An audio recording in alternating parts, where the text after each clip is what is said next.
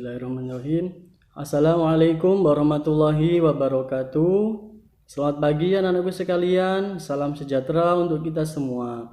Bagaimana kabarnya pada pagi hari ini? Saya harap semuanya dalam keadaan sehat walafiat, terjauh dari segala macam bahaya serta penyakit, serta diberikan kemudahan dalam menjalankan setiap aktivitas, terutama aktivitas belajar. Nah, anak-anakku sekalian, marilah kita awali terlebih dahulu pembelajaran kita pada pagi hari ini dengan berdoa. Berdoa dipersilahkan.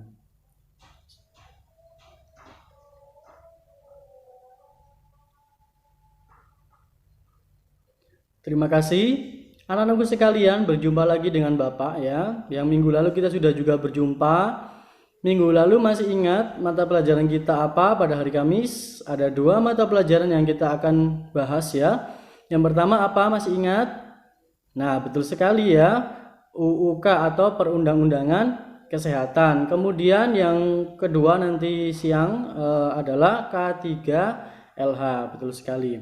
Nah, anak-anak sekalian, langsung saja kita akan masuk ke dalam pembelajaran, yakni bab pertama. Masih ingat babnya apa yang pertama? Ya, perundang-undangan kesehatan, begitu ya anak-anak sekalian ya. Nah, untuk tujuan pembelajaran dari bab 1 ini, setelah diskusi dan kerja kelompok, siswa diharapkan mampu menjelaskan perbedaan perundang-undangan, undang-undang, dan norma dengan tepat. Kemudian yang kedua, memahami hierarki perundang-undangan dengan cermat. Yang ketiga, memahami undang-undang kesehatan dengan cermat. Yang keempat, mengetahui struktur organisasi instansi kesehatan secara jelas. Kemudian yang selanjutnya, setelah diskusi dan kerja kelompok, siswa diharapkan mampu 1. Memahami struktur organisasi Kementerian Kesehatan dengan cermat. Yang nomor 2, memahami struktur organisasi Dinas Kesehatan Provinsi dengan cermat. Yang ketiga, memahami struktur organisasi BPOM atau BPOM dengan cermat. Nah, itu anak-anakku sekalian yang akan kita bahas dan semoga kita bisa mencapai tujuan-tujuan yang sudah saya sebutkan tadi, sehingga nanti kita setelah belajar ini pun ada ilmu yang bermanfaat untuk kita. Begitu ya anak-anak ya. Kita lanjutkan pembahasan untuk selanjutnya, yakni peta konsep. Bisa dilihat di situ. Peta konsepnya ada perundang-undangan, kemudian ada pengertian, hierarki perundang-undangan, sampai struktur kesehatan. Kemudian ada perundang-undangan, juga norma, kemudian ada undang-undang, ada Kementerian Kesehatan, ada BPOM, Dinas Kesehatan Provinsi, dan juga Dinas Kesehatan Kota atau Kabupaten. Langsung saja kita masuk ke dalam pembahasan. Yang pertama adalah hierarki perundang-undangan Republik Indonesia. Menurut Undang-Undang Nomor 12 Tahun 2011, hierarki perundang-undangan yang berlaku di Indonesia dapat dilihat pada gambar berikut ini ya. Ini dilihat Undang-Undang Dasar 1945, penjabaran setiap undang-undang dan peraturan yang tercantum pada gambar tersebut adalah sebagai berikut. Yang pertama, Undang-Undang Dasar atau UUD 1945 merupakan hukum dasar dalam peraturan perundang-undangan. Kemudian yang kedua, ketetapan Majelis Permusyawaratan Rakyat atau TAP MPR memuat garis-garis dalam bidang legislatif dilaksanakan dengan undang-undang, sedangkan TAP MPR yang memuat garis-garis dalam bidang eksekutif dilaksanakan dengan keputusan Presiden. Yang ketiga, undang-undang adalah peraturan perundang-undangan yang dibentuk oleh Dewan Perwakilan Rakyat dengan persetujuan Presiden untuk melaksanakan Undang-Undang Dasar dan TAP MPR. Kemudian yang selanjutnya adalah peraturan pemerintah pengganti undang-undang atau Perpu ya. Peraturan perundang-undangan yang ditetapkan oleh Presiden dalam hal ihwal kegentingan yang memaksa dan harus mendapat persetujuan DPR dalam persidangan berikutnya. Kemudian yang kelima, peraturan pemerintah atau PP. Peraturan perundang-undangan yang ditetapkan oleh Presiden untuk menjalankan undang-undang sebagaimana mestinya. Peraturan Presiden. Peraturan perundang-undangan yang ditetapkan oleh Presiden untuk menjalankan perintah peraturan perundang-undangan yang lebih tinggi atau dalam menyelenggarakan kekuasaan pemerintahan. Yang ketujuh, peraturan daerah provinsi. Peraturan perundang-undangan yang dibentuk oleh Dewan Perwakilan Rakyat Daerah Provinsi dengan persetujuan Gubernur. Yang kedelapan, peraturan daerah kabupaten atau kota. Peraturan daerah kabupaten atau kota adalah peraturan perundang-undangan yang dibentuk oleh Dewan Perwakilan Rakyat Daerah Kabupaten atau Kota dengan persetujuan bupati atau wali kota.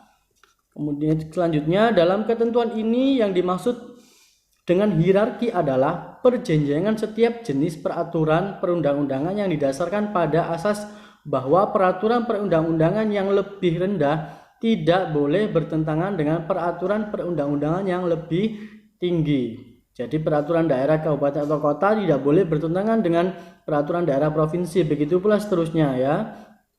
Penempatan pada hierarki tersebut tidak dapat ditukar atau diubah karena hierarki tersebut telah disusun berdasarkan tingkat badan penyusunannya dan isi ketentuan perundangan yang tingkatnya lebih rendah. Tidak boleh bertentangan dengan peraturan perundangan yang tingkatnya lebih tinggi. Kemudian kita lanjutkan. Undang-Undang Kesehatan. Kesehatan merupakan hak asasi manusia dan merupakan salah satu unsur kesejahteraan yang harus diwujudkan sesuai dengan cita-cita bangsa Indonesia, sebagaimana yang disebutkan dalam Pancasila dan Undang-Undang Dasar Negara Republik Indonesia tahun 1945. Dewan Perwakilan Rakyat Indonesia mengeluarkan Undang-Undang Kesehatan Nomor 36 Tahun 2009 yang menggantikan Undang-Undang Kesehatan Nomor 23 Tahun 1992. Karena apa? Karena sudah tidak sesuai dengan perkembangan, tuntutan, dan kebutuhan hukum dalam masyarakat. Beberapa istilah yang terdapat dalam Undang-Undang Nomor 36 Tahun 2009 ini yang telah menggantikan Undang-Undang Kesehatan Nomor 23 Tahun 1992 adalah: 1. Kesehatan adalah keadaan sehat baik secara fisik, mental, spiritual maupun sosial yang memungkinkan setiap orang untuk hidup produktif secara sosial dan ekonomis. Yang kedua, sumber daya di bidang kesehatan adalah segala bentuk dana, tenaga, perbekalan kesehatan, sediaan farmasi dan alat kesehatan, serta fasilitas pelayanan kesehatan dan teknologi yang dimanfaatkan untuk menyelenggarakan upaya kesehatan yang dilakukan oleh pemerintah daerah, dan atau masyarakat. Yang ketiga, perbekalan kesehatan. Semua bahan dan peralatan yang diperlukan untuk menyelenggarakan upaya kesehatan masyarakat. Yang keempat, sediaan farmasi adalah obat, bahan obat, obat tradisional, dan kosmetika.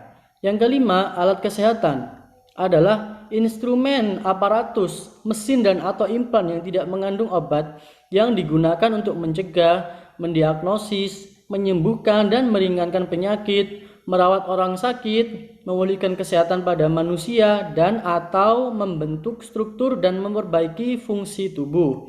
Yang keenam, tenaga kesehatan adalah setiap orang yang mengabdikan diri dalam bidang kesehatan serta memiliki pengetahuan dan atau keterampilan melalui pendidikan di bidang kesehatan yang untuk jenis tertentu memerlukan kewenangan untuk melakukan upaya kesehatan. Kemudian yang ketujuh, fasilitas pelayanan kesehatan adalah suatu alat atau tempat yang digunakan untuk menyelenggarakan upaya pelayanan kesehatan, baik promotif, preventif, kuratif maupun rehabilitatif yang dilakukan oleh pemerintah pusat, pemerintah daerah dan atau masyarakat. Yang kedelapan, obat adalah bahan atau paduan bahan termasuk produk biologis yang digunakan untuk mempengaruhi atau menyelidiki sistem fisiologi atau keadaan patologi dalam rangka penetapan diagnosis, pencegahan, penyembuhan, pemulihan, peningkatan kesehatan, dan kontrasepsi untuk manusia. Yang kesembilan adalah obat tradisional. Adalah bahan atau ramuan bahan yang berupa bahan tumbuhan, bahan hewan, bahan mineral, sediaan sarian atau galenik, atau campuran bahan tersebut yang secara turun-temurun telah digunakan untuk pengobatan dan dapat diterapkan sesuai dengan norma yang berlaku di masyarakat. Kemudian masih banyak lagi yang lainnya bisa dibaca. Di sini ada teknologi kesehatan, ada upaya kesehatan, pelayanan kesehatan promotif, pelayanan kesehatan preventif, pelayanan kesehatan kuratif, kemudian pelayanan kesehatan tradisional. Nah, ini hak setiap orang sesuai Undang-Undang Nomor 36 Tahun 2009 tentang kesehatan, yaitu yang pertama, kesehatan. Yang kedua, memperoleh akses atau sumber daya di bidang kesehatan.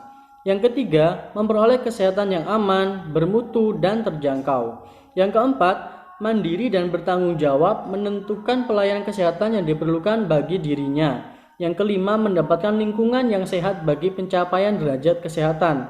Yang keenam, mendapat informasi dan edukasi tentang kesehatan yang seimbang dan bertanggung jawab. Yang ketujuh, memperoleh informasi tentang data kesehatan dirinya termasuk tindakan dan pengobatan yang telah ataupun yang akan diterimanya dari tenaga kesehatan.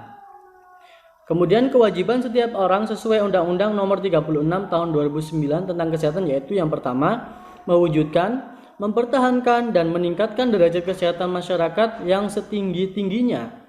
Yang kedua, menghormati orang lain dalam upaya memperoleh lingkungan yang sehat baik fisik, biologi, maupun sosial.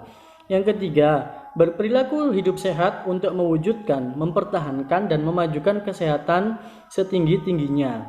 Yang keempat, menjaga dan meningkatkan derajat kesehatan bagi orang lain yang menjadi tanggung jawabnya. Yang kelima, turut serta dalam program jaminan kesehatan sosial. Itu ya anak-anak ya. Kemudian selanjutnya adalah upaya kesehatan. Undang-Undang Nomor 23 Tahun 2009 menyebutkan bahwa kesehatan merupakan hak asasi manusia dan salah satu unsur kesejahteraan yang harus diwujudkan sesuai dengan cita-cita bangsa Indonesia sebagaimana dimaksud dalam Pancasila dan Undang-Undang Dasar Negara Republik Indonesia tahun 1945.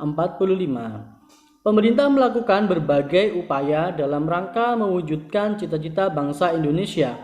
Salah satu upaya yang dilakukan adalah upaya kesehatan yang didefinisikan sebagai setiap kegiatan dan atau serangkaian kegiatan yang dilakukan secara terpadu, terintegrasi, dan berkesinambungan untuk memelihara dan meningkatkan derajat kesehatan masyarakat dalam bentuk pencegahan penyakit, peningkatan kesehatan, pengobatan penyakit, dan pemulihan kesehatan oleh pemerintah dan atau masyarakat.